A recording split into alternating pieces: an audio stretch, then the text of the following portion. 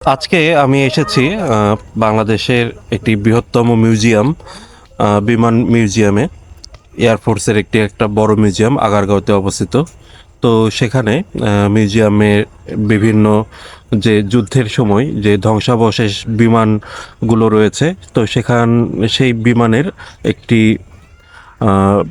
বিশেষ অংশগুলো বা যেগুলো ধ্বংসপ্রাপ্ত প্রায়, তো সেই ধ্বংসপ্রাপ্ত বিমানের অংশগুলো নিয়ে এখানে মিউজিয়ামের একটি অংশ করা হয়েছে। অনেক সুন্দর একটি মিউজিয়াম। তো এই মিউজিয়াম আজকে দর্শনার্থী হিসেবে এসেছি।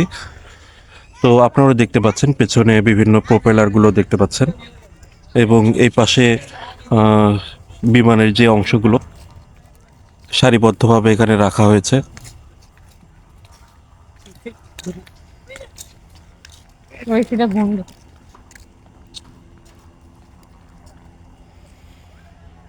অনেক সুন্দর একটি পরিবেশ।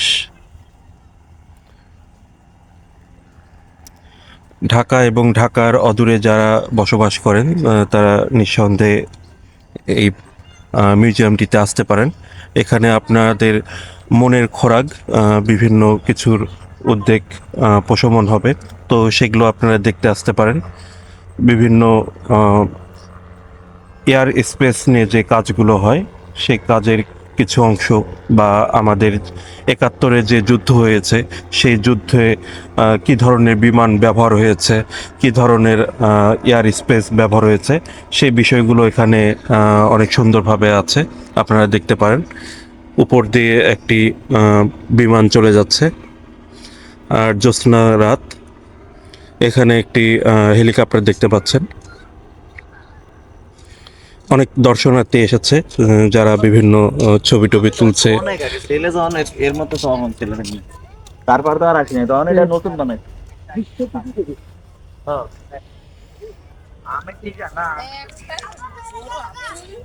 আমরা যদি এই বিমানটির কাছে আসি, দেখতে পাবেন যে এখানে একটি সুন্দর একটি বিমান ধ্বংসাবশেষ, যেটি বিমান বাহিনীর একটি বিমান, ৭১-এর যুদ্ধের সময় যেটি ধ্বংসপ্রাপ্ত হয়েছে।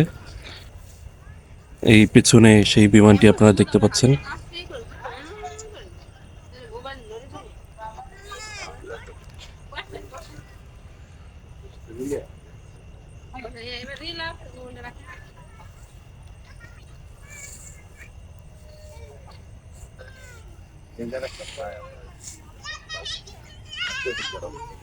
ওই সব